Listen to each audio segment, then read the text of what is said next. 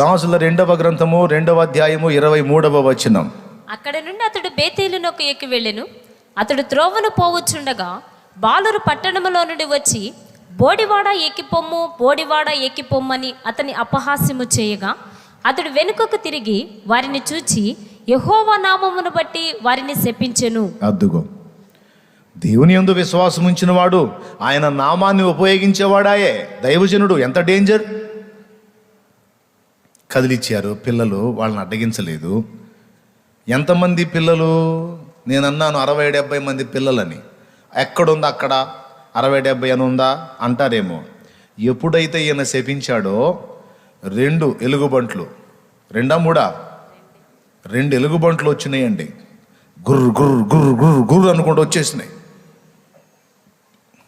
వచ్చి పిల్లల్ని కొట్టడం మొదలుపెట్టినాయి వాటి పంజాలతో. కొట్టినోడు కొట్టాడు, పడిపోయాడు. చీల్చేసినాయి. 42 పిల్లల్ని చీల్చినాయట.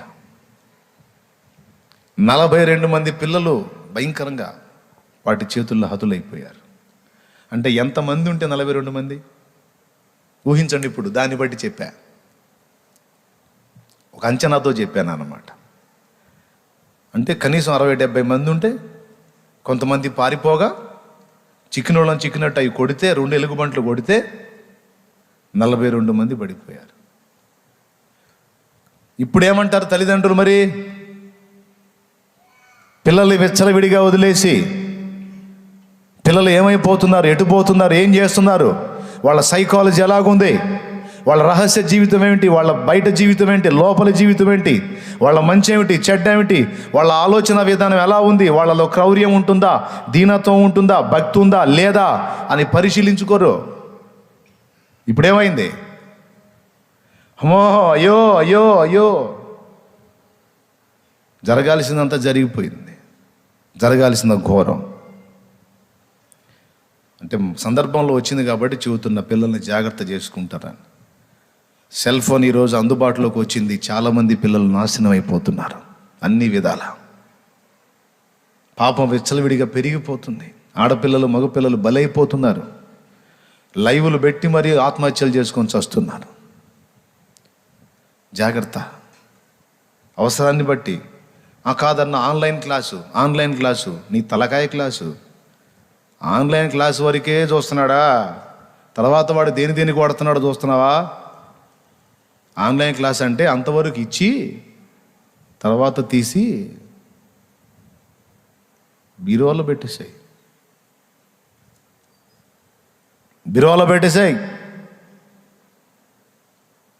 నువ్వు ఏదైనా బయటికి వెళ్తావు, బిడ్డ దగ్గర ఫోన్ ఉండాలంటే, ఇది మామూలుది ఉంటుంది కదా, దాని పేరేమంటారు, కీప్యాడ్ ఫోన్ ఉంటుంది కదా, అదివో. అదంతా ఒక 1000-1200 వస్తుంది, ఇచ్చేసాయి ప్రశాంతంగా.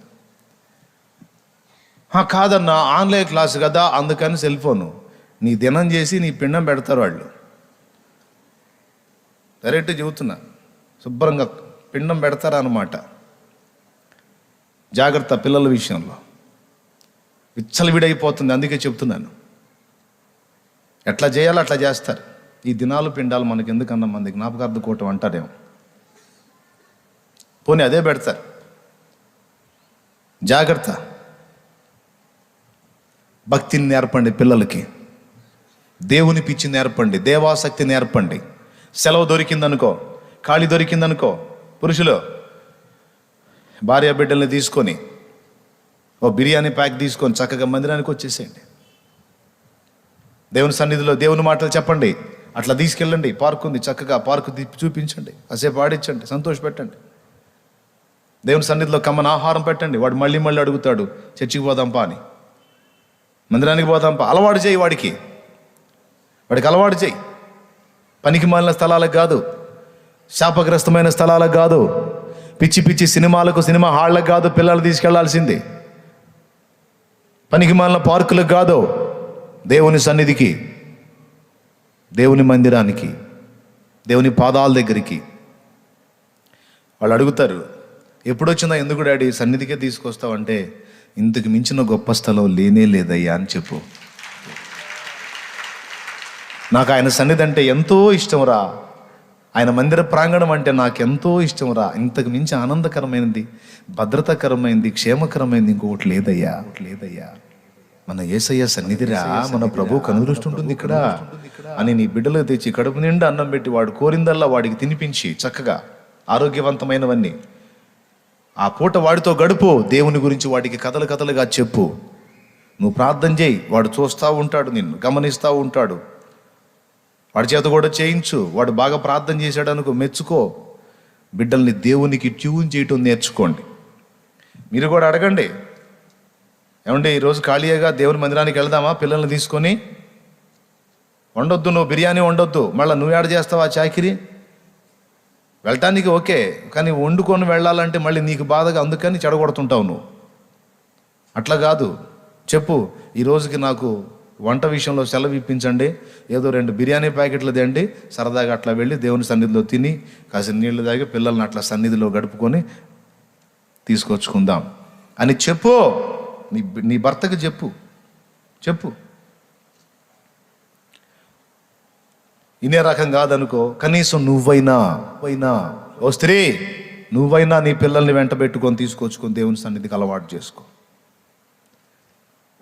ఆదివారం పూట కాదు, ఆదివారం పూట నువ్వు వాక్యం వినాలి వీడి రోజుల్లో. ఈరోజు మా మమ్మీ ఎటన్నా వెళదాం మమ్మీ, ఈరోజు మా సెలవు వచ్చింది, రెండమ్మా పోదాం దేవుని సన్నిధికి. ఎప్పుడు దేవుని సన్నిధి ఏంటి మమ్మీ అంటే, అంతకు మించిన ఆనందకరమైన స్థలం ఇంకొకటి మీకుందేమో, నాకు లేదు. సరే మమ్మీ నువ్వు ఎక్కడంటే అక్కడ సంతోషంగా. బిడ్డలను అలవాటు చేయండి దేవుని సన్నిధికి. నేను చెప్పేది రైటా రాంగా? ఒక్క దేవునికి లింక్ చేస్తే తప్ప, దేవుని భక్తి వాళ్ళలో ఏర్పడితే తప్ప, దేవుని భయం వాళ్ళలో ఏర్పడితే తప్ప నువ్వు వాడిని ఏ విధంగా కూడా సేవ్ చేయలేవు. అర్థమైతే గట్టిగా స్తోత్రం చెప్పండి ఒకసారి. హల్లెలూయా చెప్పండి గట్టిగా. అర్థమైందా? భక్తి నేర్పుకోండి బిడ్డలకి. మీరు చచ్చినా నేను చచ్చినా మన పిల్లలకు భక్తి నేర్పుకుంటే, దేవుని పిచ్చి నేర్పితే వాడు బతుకుతాడు హాయిగా, అనేక మందిని బతికిస్తాడు. కూడా ఇక వాడికి నువ్వు ఏది నేర్పినా ఒట్టిదే. భక్తి నేర్పు, దేవుని పట్ల ప్రేమ నేర్పు, దేవాసక్తి నేర్పు, దేవుని విషయంలో శ్రద్ధ నేర్పు. తప్పకుండా వాడు బాగుపడతాడు. మనం చచ్చినా సరే వాళ్ళు బ్రహ్మాండంగా ఉంటారు, బాగుంటారు. ఒక్క భక్తిని వాడికి ఆస్తిగా ఇవ్వకుండా, దేవుని పిచ్చి వాడికి ఎక్కించకుండా నువ్వు కోట్ల ఆస్తి ఇచ్చినా దాన్ని బట్టి వాడు నాశనం అవుతాడు, కానీ బాగుపడ్డు. కావాలంటే ఆలోచించుకొని నేను చెప్పేది నిజమో కాదు. రైట్, ఇక ఆ పాయింట్ పక్కన పెట్టేస్తా. దేవుని యందు విశ్వాసం ఉంచిన మనం పలికినది అక్షరాలా జరుగుతుంది, సందేహం లేకుండా పలికితే. వీళ్ళు పలికారు, అక్షరాలా అయిపోయింది. ఇక ఈ ఎలీషా, ఈ ఏలియా వీళ్ళిద్దరే కాదు, యేసయ్య చూడు, అంజూరపు చెట్టును చూసి పండు దొరకల, అన్ని ఆకులే, వేషధారణకు గుర్తుగా ఉంది ఆ చెట్టు. ఆకులు ఇంత ఉన్నప్పుడు కనీసం ఒక్క పండన్నా ఉంటుంది కదా అని చూశాడు. అంజూరపు చెట్టుకి ఆకు పండు 2 ఒకేసారి వస్తుంటాయి. ఆకు ఓపెన్ అయిపోయిందంటే కనీసం పిండి సైజులోనన్నా కాయ ఉంటుంది. ఆకు అంచునే పుడుతుంది, ఆకు మొదల్లోనే పుడుతుంది కాయ. ఉంది అంజూరపు చెట్టు ఇంట్లో ఉంది చూడండి. అంతకుముందు ఆ ఎదురేసాను, తీసేశారులే. ఇప్పుడు ఇంత పెద్ద ఆకులు వచ్చినాయి అంటే కనీసం కాయ ఉంటుందని చూస్తే ఒక కాయ లేకపోయేసరికి ఇక ఎప్పటికీ నువ్వు కాయకుందువుగా కానీ శపించాడు ప్రభు. వాళ్ళు వెళ్ళి మళ్ళీ రిటర్న్ వచ్చేటప్పుడు చూస్తే వేళ్లతో సహా ఎండిపోయింది చెట్టు. గుండెలు జారిపోయినాయి శిష్యులకి. ప్రభువా నువ్వు శపించిన చెట్టు ఎండిపోయింది ప్రభువా అంటే అప్పుడు చెప్పాడనమాట, మనం పలికింది మనసులో సందేహింపక విశ్వాసంతో పలికితే అక్షరాలా జరిగిద్ది నాయన అని అక్కడ చెప్పాడు. ఇందాక నేను చదివించిన మూలవాక్యం. దేవుని యందు విశ్వాసం ఉంచేటువంటి మన నోట ఆశీర్వచనం పలకాలే కానీ శాపవచనం పలకకూడదు. తొందరపడి పలికేటప్పుడు ఆశీర్వచనం కానీ, శుభవచనం కానీ, విజయం కానీ, జయం కానీ మనం పలికేటప్పుడు పూర్తి నిశ్చయితతో పలకాలి. మనసున సందేహించకుండా పలకాలి. ఒక రోగి ముందు నిలిచి నీకు తగ్గొచ్చులే అనకూడదు. నిశ్చయముగా దేవుడు నిన్ను స్వస్థపరుస్తాడని పూర్తి నిశ్చయితతో పలకాలి, విశ్వాసంతో పలకాలి. దీవించిన సందేహం లేకుండా దీవించాలి, స్వస్థత వచనం పలికిన సందేహం లేకుండా పలకాలి, ఆశీర్వచనం పలికిన సందేహం లేకుండా పలకాలి. అప్పుడే కార్యసిద్ధి కలిగిద్ది. దేవుని యందు విశ్వాసం ఉంచిన మనకి, మన నోటికి ఆ పవర్ ఇచ్చాడు దేవుడు. నువ్వు పలికేటువంటి వచనాల్లో ఆమెన్ అనువాడు వింటా ఉంటాడు. ఆయన ఆమెన్ అంటాడన్నమాట, జరిగిపోద్దదంతే. కాబట్టి నేను పలికిన మాట నెరవేరుద్దో లేదో అని సందేహించిన వాడి మాట నెరవేరదు. కానీ పలికినవాడు తన మనసున సందేహింపక దేవుని యందు విశ్వాసమును బట్టి పూర్తి నిశ్చయతతో పలికితే అక్షరాలా జరిగి తీరిద్ది. హల్లెలూయా, హల్లెలూయా. నంబర్ 1. నంబర్ 2, నేను ప్రార్థన చేశాను, అసలు ఈ ప్రార్థన దేవుని దగ్గరకు చేరిందా లేదా, దేవుడు విన్నాడా లేదా అని కొంతమందికి సందేహం. ఇది రెండవది. నా ప్రార్థన దేవుని దగ్గరకు చేరిందో లేదో, మళ్ళీ ఇప్పుడు చేరిందో లేదో అనే ఆలోచన వచ్చినప్పుడు అసలు ఎందుకు చేశావు, ప్రార్థన చేశావు, మళ్ళీ దేవుని దగ్గరకు చేరిందో లేదో నాకు అర్థం కాలేదు, ఎట్లా తెలిసింది చేరిందో లేదో అంటే సింపుల్. రెండో పాయింట్ చెప్తున్నాను. ప్రార్థన దేవుడు విన్నాడా లేదా, దేవుని దగ్గరకు చేరిందా లేదా అనేది నిర్ధారణ కావాలంటే ప్రార్థన చేసేటప్పుడు నువ్వు ఒక పని చేసి ఆ తర్వాత ప్రార్థన చేయి. అప్పుడు నీకు ఏ డౌటు ఉండదు. ఏంటంటే ప్రార్థన చేసేటప్పుడు నీ శరీర జీవితంలో, ఆత్మీయ జీవితంలో తెలిసి తెలియక జరిగిన తప్పిదాలు, లోపాలు, పొరపాట్లు, దోషాలు ఏవైతే ఉన్నాయో వాటిని ఒప్పుకొని మారు మనసు పొంది ప్రార్థన చేయి.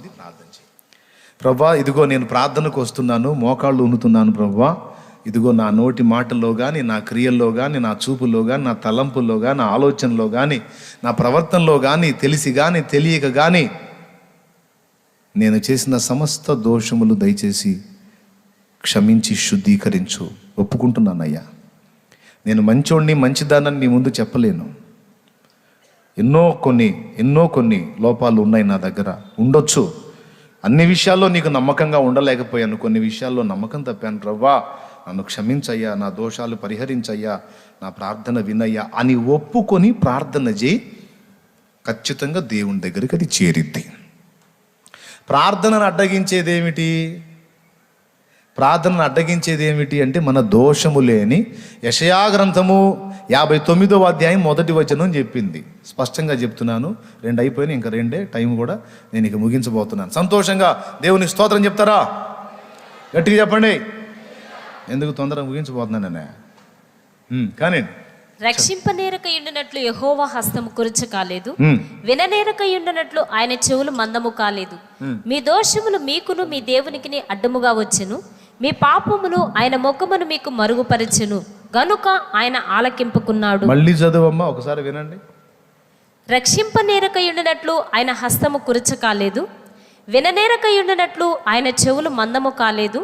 మీ దోషములు మీకును మీ దేవునికి అడ్డముగా వచ్చెను, మీ పాపములు ఆయన ముఖమును మీకు మరుగుపరచెను గనుక ఆయన ఆలకింపుకున్నాడు. అది సంగతి. దేవుడు మన ప్రార్థన ఆలకించకుండా అడ్డుపడేది ఏమిటయ్యా? నీ దోషములు మీ పాపములే అన్నాడు. 1 యోహాను పత్రిక 1వ అధ్యాయంలో మన పాపములను మనం ఒప్పుకునిన ఎడల 8వ వచనం అనుకుంటాను, చదువు తల్లి ఒక్కసారి. యోహాను రాసిన 1వ పత్రిక 1వ అధ్యాయం 9 చదువు. మన పాపములను మనము ఒప్పుకుని ఎడల ఆయన నమ్మదగిన వాడును నీతిమంతుడును గనుక ఆయన మన పాపములను క్షమించి సమస్త దుర్నీతి నుండి మనలను పవిత్రులుగా చేయును. అది లెక్క. ప్రార్థన చేసేటప్పుడు ఈ ఒక్క పని చేయండి. దోషాలు, పాపాలు, లోపాలు, పొరపాట్లు ఏవైనా నీ ఆత్మీయ జీవితంలో పొడసూపితే, కలిగి ఉన్నాయని నీకు అనిపిస్తే తప్పనిసరిగా వాటిని ఒప్పుకొని క్షమాపణ కోరి ఇక అప్పుడు ప్రార్థన చేయి.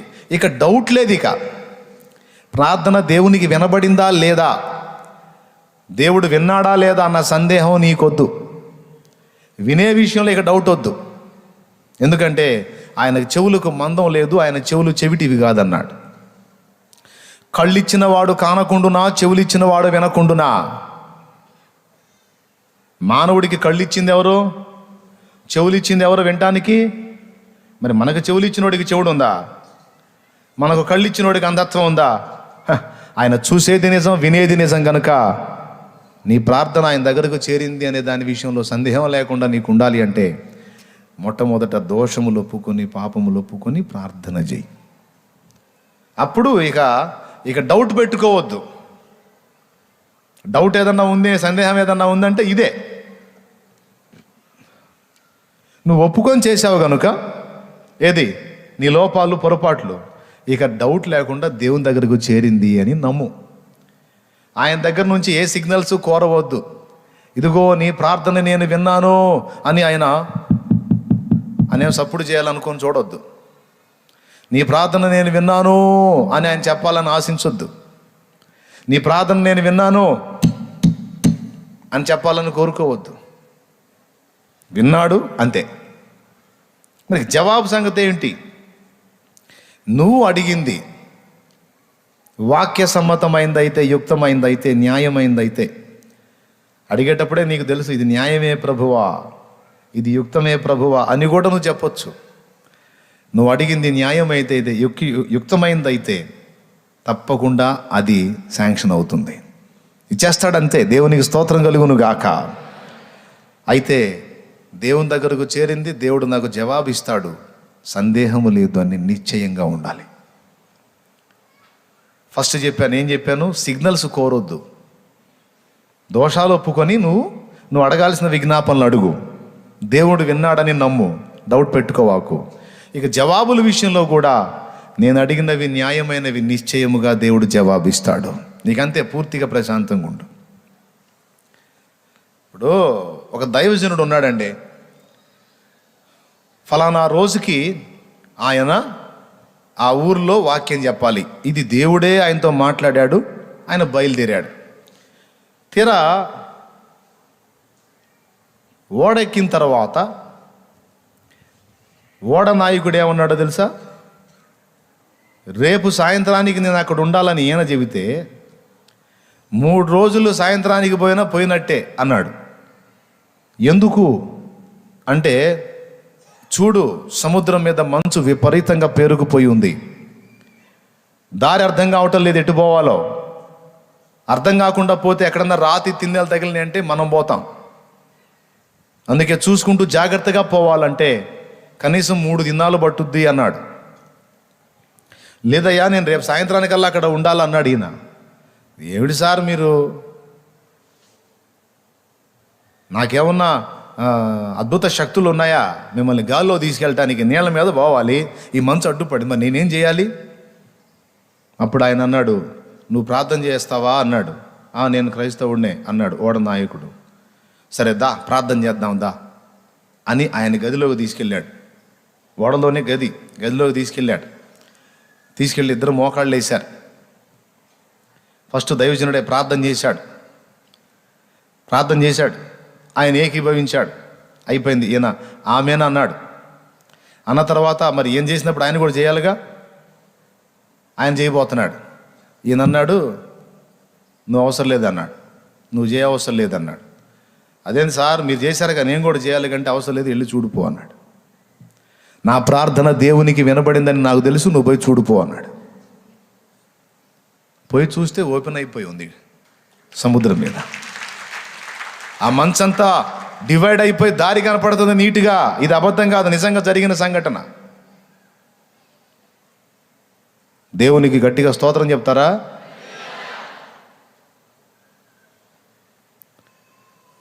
నీవు ప్రార్థనలో అడుగు వాటి నెలను పొంది ఉన్నానని నమ్మిన ఎడలా నిశ్చయముగా అవి నీకు కలుగును. మొన్న చెప్పా, ఒట్టిగా నమ్మటం కాదు, విశ్వాస నేత్రాలతో చూడాలి కూడా. నువ్వు నీ కన్నుల ముందు ఆ కార్యమును దేవుడు నెరవేర్చినట్లు నీవు చూడాలి. ఇప్పుడు వెనక్కి చూడండి, నా వెనక చూడండి, ఏం కనపడుతుంది? విశ్వాసంతో చూడండి, ఏం కనపడుతుంది? ఏం విశ్వాసంతో చూసాం, ఏం కనపడుతుందయ్యా? వెనక పక్క బ్యాక్గ్రౌండ్ కనపడుతుంది అంటారు కదా మీరు. చూడండి సరిగా, ఏం కనపడుతుంది? ఈ బలిపీఠం ఇక్కడే కనపడుతుందా మీకు? ఒక ఎకరం వెనక్కి కనపట్లేదా? చూడండి, విశ్వాసంతో చూడండి, ఎంతమందికి కనపడుతుంది?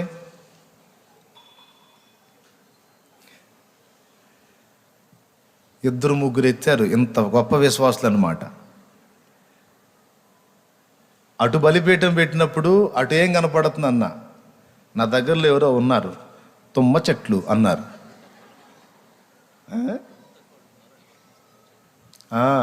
ఇటు పక్క మనుషులు ఉన్నారు, అటు పక్క పొలాలు అవి కూడా బీడుబడి తుమ్మ చెట్లు మొలిచి ఉన్నాయి. ఇటు ఏం కనపడుతుంది మీకన్నా? తుమ్మ చెట్లు అన్నారు.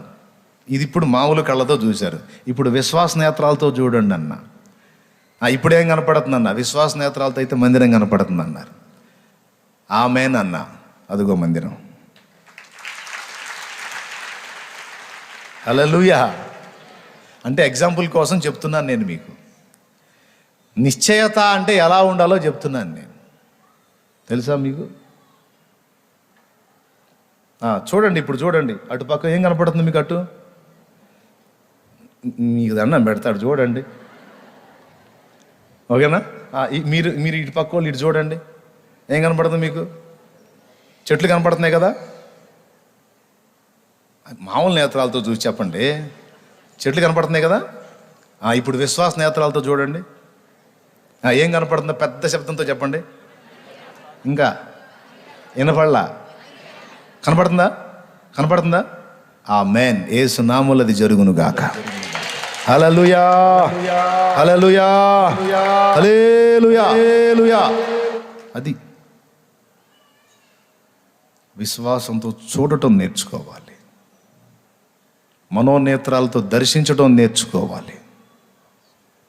మన దేవుడు లేని వాటిని ఉన్నట్టే పిలిచే దేవుడు. ఇంత చెబుతానా? కొన్ని విషయాలు అడగాలంటే, అవునయ్యా విశ్వాసంతో చూస్తున్నానయ్యా, జరిగిద్దో లేదో. అసలు విశ్వాసంతో చూడటం అంటే ఇంతేనో కాదో అన్ని డౌట్లే. అట్లా కాదు. నువ్వు ఏది దేవుణ్ణి అడుగుతున్నావో దాన్ని పొంది ఉన్నానని ముందు నమ్మేసేయమన్నాడు. హల్లెలూయా, హల్లెలూయా. అట్లా చాలా పొందాను నేను విశ్వాసంతో. దేవుని చిత్త ప్రకారం ఎన్నెన్నో పొందా. చెల్లి మానస ఉందా ఇక్కడ? మానస శవమైపోయి ఉంది అమ్మాయి. ఆమె దేహము చిక్కి శల్యమైపోయి భయంకరంగా అయిపోయింది ఆ బిడ్డ. నా ముందుకు వచ్చినప్పుడు అదే విశ్వాసం ఉంచి ప్రార్థన చేశాను. చెల్లి, ఇదిగో నువ్వు ఇప్పుడు ఎలా ఉన్నావు, కానీ నువ్వు పూర్తి ఆరోగ్యంతో ఇంతలా అయినట్టుగా, నువ్వు క్షేమంగా ఉన్నట్టుగా, నీ శరీరం అంతా కూడా మార్పు చెందినట్టుగా ఇదిగో నేను చూస్తున్నాను. ఇది జరుగుతుంది, నమ్మమ్మా అని ప్రార్థన చేశాను. చాలా దారుణమైన పరిస్థితుల్లో ఉన్నప్పుడు నేను చెప్పనా, ఆ అమ్మాయి చనిపోతుందని కుటుంబం కూడా కన్ఫర్మ్ చేసుకున్నారు. కనీసం బెడ్ మీద నుంచి దిగే పరిస్థితి లేదు. ఈరోజు చూడండి, ఒకసారి లేచి నిలబడి తల్లి, అదిగో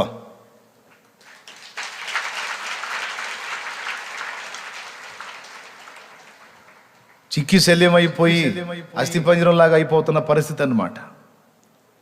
ఆ స్థితిలోంచి దేవుడు మామూలు స్థితిలో తీసుకొచ్చి ఆరోగ్యంగా అలాగ నిలబెట్టేశాడు దేవుడు. విశ్వాసంతో చూసి సాధించినటువంటిది అది కార్యం. ప్రార్థన చేసేటప్పుడే ఒక విజన్ కలిగి చూశాను. ఆమె అప్పుడున్న స్థితిని చూడలా నేను. ఆమె బాగుపడి బలముగా ఉన్నట్టు చూసి ప్రార్థన చేశాను. ప్రభు ఆమేన్ అన్నాడు. నీ కొరకు బ్రతికించయ్యా, నీ సాక్షిగా బ్రతికించయ్యా, నీ పాత్రగా బ్రతికించయ్యా. ప్రార్థన సేవ అయినా చేసిద్ది ప్రభువా, బిడ్డను బ్రతికించు ప్రభువా అని విశ్వాసంతో. నా ప్రార్థన న్యాయమని నేను అనుకుంటున్నానయ్యా, నేను నమ్ముతున్నా ప్రభువా, నువ్వు ఆలకించు, బిడ్డని బాగు చేయి ప్రభువా, బ్రతికించు ప్రభువా, స్వస్థపరచు ప్రభువా. ఇదిగో నేను నమ్ముతున్నా, నేను చూస్తున్నాను ప్రభువా అని నేను ఏది పలుకుతున్నానో అది చూసి ప్రార్థన చేశాను. దేవుడు ముట్టాడు, అద్భుతంగా స్వస్థత పొందింది. ఇప్పుడు ఆరోగ్యంగా దేవుని సేవిస్తాను. మనం అడుగున్నప్పుడు, థ్యాంక్ యూ నాన్న, థ్యాంక్ యూ, కూర్చో తల్లి. మనం అడిగినది పొందానని ముందు నమ్మాలి, అప్పుడు కార్యసిద్ధి కలిగింది. అడిగేటప్పుడు ఎలా అడగాలి? ముందు దోషాలు ఒప్పుకొని ప్రార్థన చేసినప్పుడు ప్రార్థన దేవునికి వినబడింది అని ఇక నమ్మాలి. అంతేగాని విన్నానని దేవుడు నీకు సిగ్నల్ ఇవ్వాలని ఏమీ సిగ్నల్ కోరొద్దు. దేవుడు విన్నాడంతే. ఎందుకంటే నాకు మొర్ర పెట్టుము నీకు ఉత్తరం ఇస్తానని ఆయన మాట్లాడాడు కనుక ఆ వాక్యాన్ని నమ్మితే చాలు. నన్ను అడగమన్నాడు, ఒప్పుకొని అడగమన్నాడు, నేను ఒప్పుకొని అడిగాను, ఇప్పుడు విన్నాడు, ఇక జవాబిస్తాడంతే. ఆమెన్. ఆ అడిగేటప్పుడు కూడా ఏంటి, విశ్వాసంతో ముందు నీ కనుల ముందు ఆ కార్యాన్ని చూస్తూ అడగాలి. ఒకసారి కొన్ని సంవత్సరాలు అయింది, దగ్గర 17 ఏళ్ళు అయింది ఆ బిడ్డకి వివాహమై. నా ముందుకు వచ్చింది, ఏడుస్తూ ఉంది. శుక్రవారం రోజే ఇలానే ఉపవాస ప్రార్థనకే వచ్చింది. లేనిది చెప్పట్లా, జరగంది చెప్పట్లా, వాస్తవం చెప్తున్నాను. 17 సంవత్సరాల వివాహమై పిల్లలు లేరు. పాపం ప్రార్థన బాగా ఆసక్తిగా ఉంటుంది, బాగా కంటిన్యూగా కలుస్తూ ఉంది. రోజు ప్రార్థన చేస్తున్నాను, వచ్చింది, ఏందమ్మా నీ సమస్య అన్నాను. అన్నా నాకు గర్భఫలం లేదన్నా, 17 గర్భఫలం లేదన్నది. వివాహమై ఎంతకాలం 17 ఏళ్ళు అంది. సహజంగా మనిషికి ఏమనిపిస్తుంది, 17 ఏళ్ళు అంటే ఇంకేం పిల్లలు పుడతారు. అప్పుడు నాకొకటి తెలుసు, 17 కాదు 34 ఏళ్ళైనా నా దేవుడు ఇవ్వాలనుకుంటే 90 ఏళ్ల శారాకి ఇస్సాకునివ్వలా? వయస్సు నిండిన వృద్ధురాలైన ఎలిజబెత్కు యోహాన్నివ్వలా? ఎందుకెవడో? ఆమె మీద చేయి ఉంచి ప్రార్థన చేసి, ఆ ప్రార్థనలో నేను చూశాను, ఆమె కూడా చెప్పాను, నా సోదరి, దేవుడు నిన్ను అడిగింది న్యాయమైంది. నువ్వు అడిగింది న్యాయమైంది, అన్యాయమైంది కాదు, న్యాయమైంది. పిల్లలు లేని స్త్రీకి సమాజంలో చిన్న చూపు ఉంటుంది. శుభకార్యాలకు పక్కన పెడతారు. గొడ్రాలు ఆమె చేత ఏంది శుభకార్యం చేపిస్తున్నారు అంటారు. కొంచెం అవమానం ఉందమ్మా, కాబట్టి నీ ఆవేదనలో న్యాయం ఉంది. గనుక నేను ప్రార్థన చేస్తాను, నువ్వు విశ్వాసంతో నీ చేతుల్లో పసిబిడ్డను చూడు తల్లి, ఖచ్చితంగా నా దేవుడు నెరవేరుస్తాడని చెప్పి ఆమె మీద చెయ్యి ఉంచి, చెప్పు తల్లి, నీ చేతులు ఖాళీగా ఉన్నాయా? అవునన్నా, నా చేతులు ఖాళీగా ఉన్నాయి. ఇప్పుడు కళ్ళు మూసి మనోనేత్రాలతో చూడమ్మా, నీ చేతుల్లో బిడ్డ కనిపించట్లేదా? విశ్వాసంతో నేను చూస్తున్నానన్నా, నా చేతిలో బిడ్డ ఉన్నాడని నేను నమ్ముతున్నాను, దేవుడు ఇచ్చాడు అని ఆమె పలికింది. మా ఇద్దరి సంభాషణ ఈ పక్క ఆ పక్క ఉన్న వాళ్ళకి, అబ్బో ఇదేదో జంతర్ మంతర్లాగా ఉంది అని అన్నట్టుగా చూస్తున్నారు వాళ్ళు. ఎందుకంటే లేని దాన్ని ఊహించుకోవడం, ఇది ఒక ఊహా ప్రపంచం అన్నట్టు చూస్తున్నారు. ఊహా ప్రపంచం కాదు, ప్రార్థనలో అడుగుతున్నది పొందానని నమ్ముచూ చూచుట దాన్ని. ఎందుకంటే మన దేవుడు లేని వాటిని ఉన్నట్టు పిలిచేవాడు, లేని వాటిని ఉన్నట్టు చూచేవాడు కూడా. Praise the lord. ఇమాజినేషనా? కాదు, మనోనేత్రాలతో చూచుట. బిడ్డలేడు కానీ విశ్వాసం అంటే ఏంటి? అదృశ్యమైనది ఉన్నదని నమ్ముట. వాక్యం కూడా అయిందా లేదా? అది లెక్క. అదృశ్యమైంది ఉందని నమ్ముట. ఆశ్చర్యం చెప్పనా, ఇద్దరు పిల్లలు పుట్టారు. దేవునికి స్తోత్రం కలిగినగా. అబద్ధాలు చెప్పట్ల, బలిపీఠం మీద నిజం చెప్తున్నాను. కొంతమంది ప్రార్థన చేస్తారు కానీ నమ్మకం ఉండదు, అడుగుతూ ఉంటారు కానీ జరిగిద్దో లేదో అని సందేహం. సందేహించు వాడికి ఏం జరిగిద్దో యాకోబు పత్రిక చూడు. యాకోబు రాసిన పత్రిక 1వ అధ్యాయము 6వ వచనం నుంచి చదువు, 5-6 వచనాలు చదువు. మీలో ఎవనికైనాను జ్ఞానము కొదువుగా ఉన్న ఎడల అతడు దేవుని అడగవలెను, అప్పుడు అది అతనికి అనుగ్రహింపబడును. ఆయన ఎవనిని గద్దింపక అందరికీ ధారాళముగా దయచేయవాడు. అయితే అతడు ఏమాత్రమును సందేహింపక విశ్వాసముతో అడగవలెను. అది పాయింట్. అడిగేవాడు ఏమాత్రము సందేహింపకుండా విశ్వాసముతో అడగవలెను. సందేహించువాడు గాలి చేత రేపబడి ఎగిరిపడు సముద్ర తరంగమును పోలి ఉండును. అట్టివాడు తన సమస్త మార్గములలో అస్థిరుడు గనుక ప్రభు యొద్ద తనకేమైనా దొరుకునని తలంచుకొనరాదు అన్నాడు. హలో డౌట్ మాస్టర్లో సందేహరావులు, జాగ్రత్త, అది ఉండకూడదు. ప్రార్థనలో నీవు అడుగున్నప్పుడే అడుగుతున్నది న్యాయమైందా కాదా అని వివేచించుకో. అడిగేటప్పుడు దోషాలు ఒప్పుకొని అడుగు. అడిగేది న్యాయమైందో కాదో చూసుకో. న్యాయమైంది, యుక్తమైంది, క్షేమకరమైంది ఆయన ప్రతిదీ కూడా దేవుడు నీకు ఇవ్వటానికి ఎప్పుడూ సిద్ధంగానే ఉంటాడు. ఆయన అన్యాయస్తుడు కాదు. ఆయన చెవులు మందంగా లేవు. అయితే నీవు దేవుని అడుగుచున్నప్పుడు విశ్వాసంతో పొందానని నీవు నమ్మాలి. ఏమండి,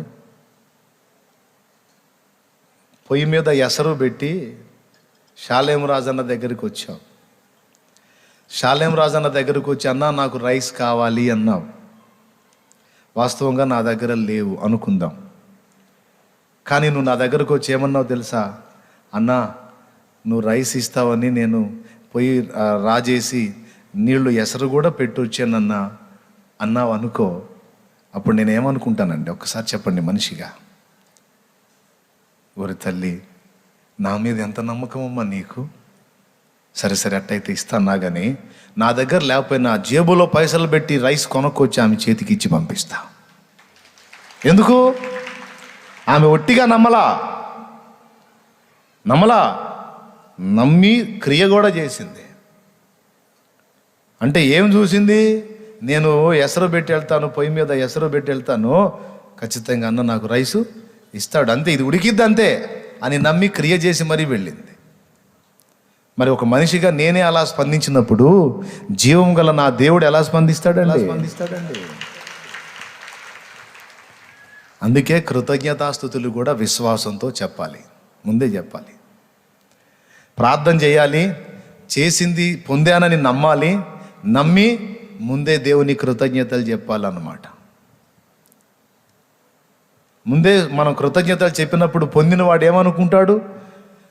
నేను ఇచ్చానని నమ్మి ముందటనే నన్ను స్తుతించేసింది, ఇంకా నేను ఇవ్వకపోతే మర్యాద కాదు కదా. ఖచ్చితంగా ఇస్తాడు. పౌలు శీలలు చెరసాల్లో బందీ అయినప్పుడు ప్రార్థన చేసి వారు స్తుతించారట. వాళ్ళ బంధకాలు ఊడినయా లేవా?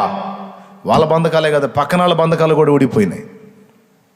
3 గుర్తుపెట్టుకోండి. నంబర్ 1, దోషాలు ఒప్పుకొని ప్రార్థించాలి. నంబర్ 2, ప్రార్థించింది యుక్తమైంది, న్యాయమైంది, సహేతుకమైంది అయినప్పుడు అది పొంది ఉన్నానని నమ్మి చూడాలి. 3వది, నమ్మి కృతజ్ఞతాస్తుతులు చెల్లించాలి. ఓకేనా? ఈ 3 మనం చేయగలిగినప్పుడు తప్పకుండా స్వతంత్రించుకుంటాం. చాలా విషయాలు అట్ట పొందా, ఇక ముందుకును పొందుతా. ఆమేన్. పలికేటప్పుడు విశ్వాసంతో పూర్తి నిశ్చయితతో పలకండి, సందేహంతో పలకొద్దు. ప్రార్థించేటప్పుడు ఈ విధంగా సిద్ధపడి చేయండి, ఇంకా సందేహించాల్సిన అవసరం లేదు. 2 సంగతులు ఇంకా ముగించేస్తున్నాను నేను. ఓకేనా? ఇంకా 2 ఉన్నాయి, ఈసారి చెప్తా. ముందే చెప్పాను, ఇప్పుడు మళ్ళీ మీకు సందేహం కలగకుండాన్నట్లు ముగిస్తున్నా. మోకాళ్ళ మీదికి రండి. నానావిధ సమస్యల చేత, శోధనల చేత నలిగిపోతున్నటువంటి పరిస్థితులు ఒకవేళ మీరు ఉంటే, లేదా మీ పరిస్థితులు, మీ కుటుంబ పరిస్థితులు, ఏ విషయాలను గురించి మీరు నలిగిపోతున్నారో, దేవుని ముందుకు వచ్చారు. మీరు బలహీనులు కావచ్చు, మీరు అసమర్థులు కావచ్చు, మీరు చేతగాని వాళ్ళు కావచ్చు, కానీ దేవుడు సమర్థుడు. దేవునికి సమస్తము సాధ్యమే. బలవంతుడైన దేవుని యొద్దకు నువ్వు వచ్చావు. దేవునికి మహిమ. హల్లెలూయా, హల్లెలూయా.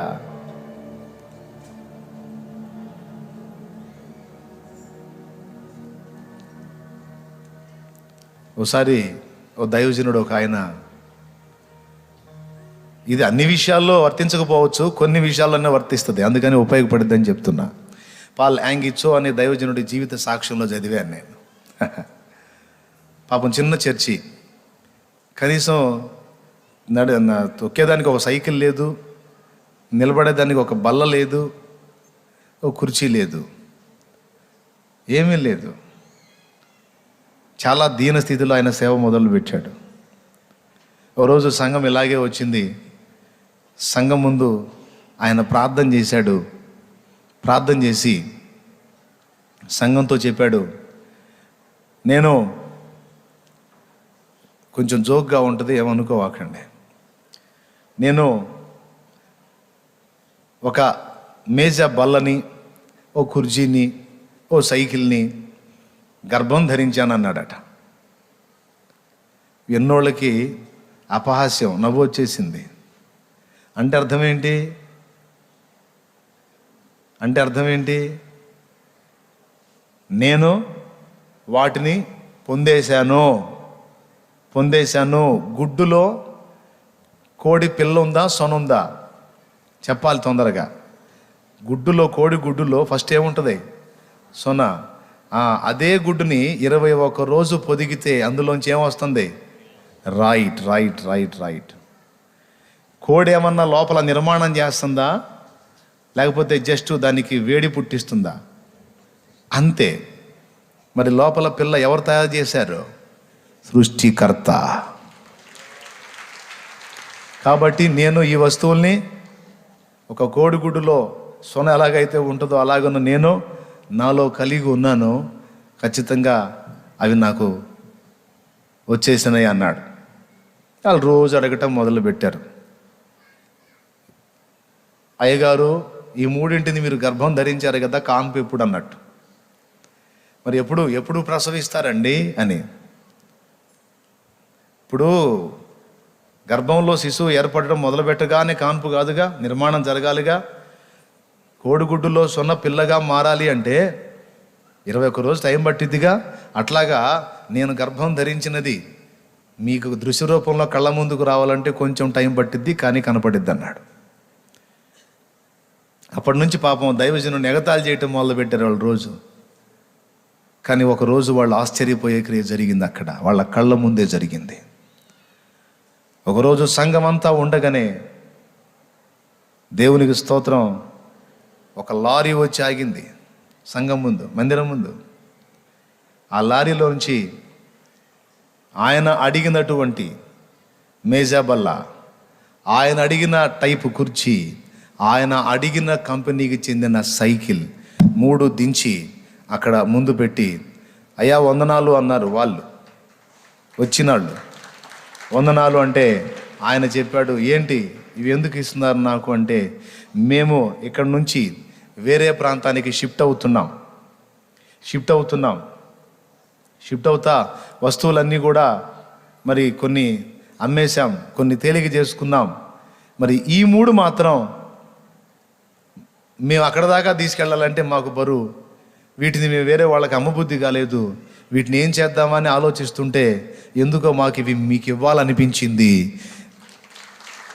అందుకే ఇదిగో మీకు ఇస్తున్నామని తెచ్చి ఇచ్చెళ్ళారు. అప్పుడు ఆయన చెప్పాడు, చూశారు కదా మీ కళ్ళ ముందే. అప్పటి నుంచి ఇక వాళ్ళ విశ్వాసం బలపడింది. మీరు ప్రార్థనలో అడుగు వాటి నెలను పొంది ఉన్నామని నమ్మిన ఎడల అవి మీకు అనుగ్రహించబడునో. ఆ మాట అయితే అబద్ధం కాదుగా బైబిల్లో. కాబట్టి వినటానికి హాస్యాస్పదంగా ఉన్న నిజంగా జరిగింది.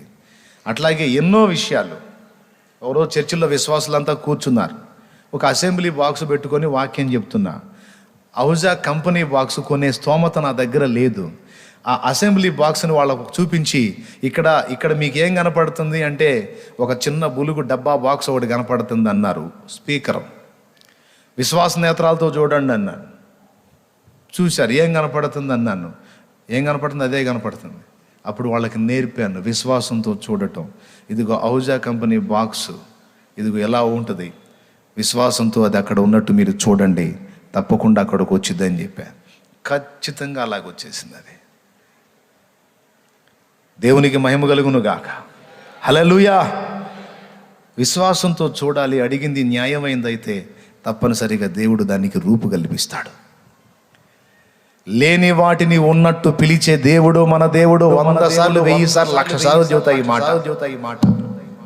ఉన్నదాన్ని లేనట్టు చేయగలుగుతాడు, లేని దాన్ని ఉన్నట్టే పిలుచువాడు ఆయన. ఆయనకి సాధ్యం కాదే ఉంది. నీకు సాధ్యం కావాలి నమ్మటం. నమ్ముటకు నీకు సాధ్యమైతే నమ్మువానికి సమస్తము సాధ్యమేనన్నమాట. అబద్ధమా? చెయ్యి, ప్రార్థన చేయి, మోకాళ్ళు.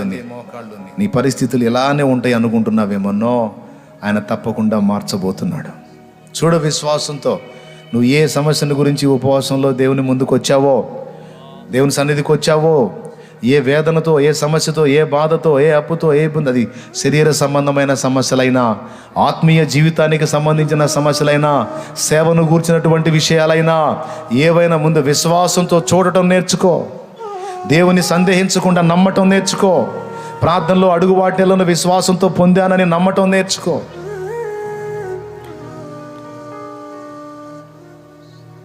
ప్రార్థన చేయి.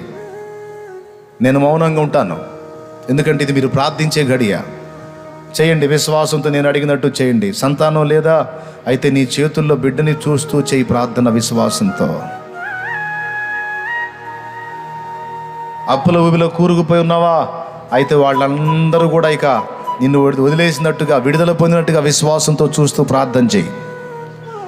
నువ్వు ఎదుటి వాళ్ళకి ఇవ్వగలిగేటట్టు నీ చేతుల్లో ధనం ఎదుటి వాళ్ళకి నువ్వు ఇస్తున్నట్టు చూడు విశ్వాసంతో. చూడు, నువ్వు పూనుకున్న కార్యాలు గొప్పగా దేవుడు సాధిస్తున్నట్టు, నీ కొరకు దేవుడు ద్వారాలు తెరిచినట్టు, నువ్వు చేస్తున్న సేవా పరిచర్యను దేవుడు విస్తరింపజేసి అనేక ఆత్మల్ని రక్షణలోకి నడిపిస్తున్నట్లు, నీ చేత విస్తారమైన సేవ దేవుడు జరిగిస్తున్నట్టు చూడు విశ్వాసంతో. బలమైన కార్యాలు సాధించుకోగలుగుతావు నమ్ముట ద్వారా. సందేహిస్తే ఏమీ పొందలేవు. కొంతమందికి ఇట్లా జరిగిద్దా, ఇలా జరిగిద్దా అంటే డౌట్ పడేవాడికి ఏది జరగదు. నమ్ముట నీకు సాధ్యమైతే నమ్మువానికి సమస్తము అది ఏదైనా సాధ్యమే. ప్రార్థన చేయి.